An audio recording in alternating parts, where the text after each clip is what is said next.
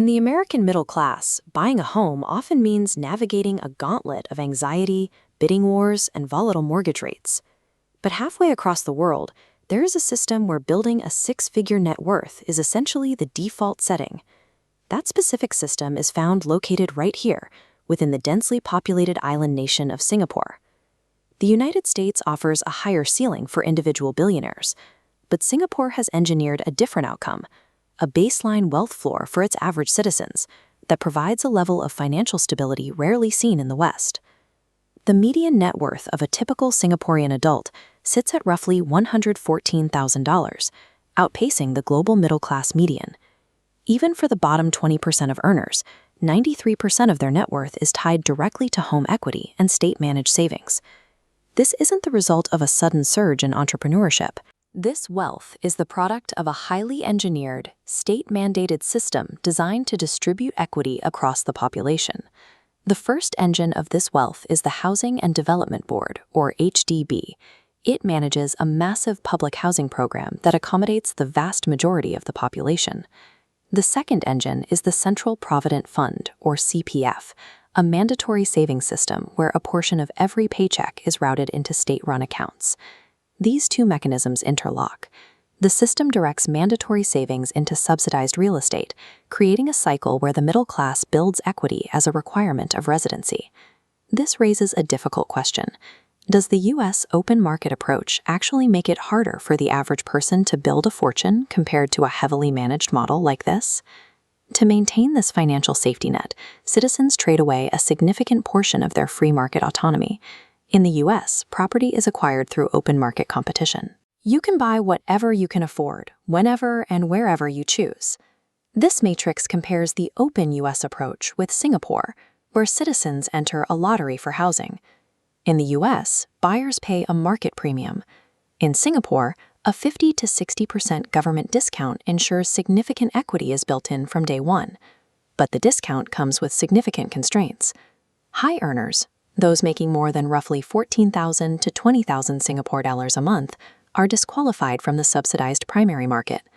Then there is the lottery math. Applicants often face a 1 in 5 chance of winning a flat in a highly sought-after prime location.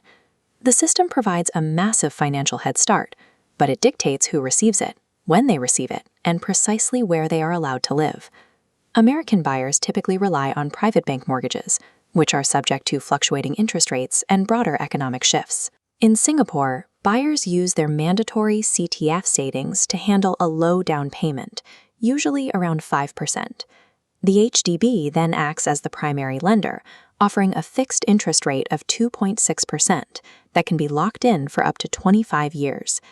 This makes housing costs highly predictable, effectively shielding owners from the direct impact of global interest rate hikes. Because this debt is fixed at a low rate, the capital gains on the subsidized home can outpace the total cost of the loan over time. However, this stability requires a trade in liquidity. Citizens must contribute a large portion of their income to the state CPF, which limits their ability to direct that cash into independent investments, like business ventures or individual stocks. The structural predictability of housing comes at the expense of personal investment flexibility. There is also a fundamental difference in ownership. The U.S. model is based on freehold property, meaning you own the land in perpetuity. Singapore utilizes a leasehold model. Most HDB flats are leased from the government for a term of 99 years. In the U.S., property serves as a permanent vehicle for generational wealth, passed down through families indefinitely. This timeline shows the Singaporean approach. The state eventually reclaims the land, preventing concentrated ownership. To realize wealth, owners must sell within a 5 to 10-year window to capture capital gains before the lease's value begins to decline. Those profits are then used to upgrade to larger subsidized units or to seamlessly transition into the private real estate market. Wealth building in this system is a managed life cycle of upgrading, a model that differs significantly from the American ideal of owning land forever. Singapore's model doesn't rely on individual investment skill. Instead, it manages the volatility of housing and retirement by design. This quadrant chart maps these philosophies by weighing market freedom against guaranteed baseline wealth. The US is positioned in the bottom right, high market freedom, fewer structural guarantees. Singapore is in the top left, lower individual freedom but highly consistent wealth outcomes. The US system is built for the optimizer, someone who wants the freedom to use leverage, build portfolios, and trust their own financial strategy. Singapore's system is built for the professional seeking security, someone participating in a state-run machine in exchange for a predictable path to middle-class wealth. One nation treats housing as a speculative asset. The other treats it as a utility for wealth distribution.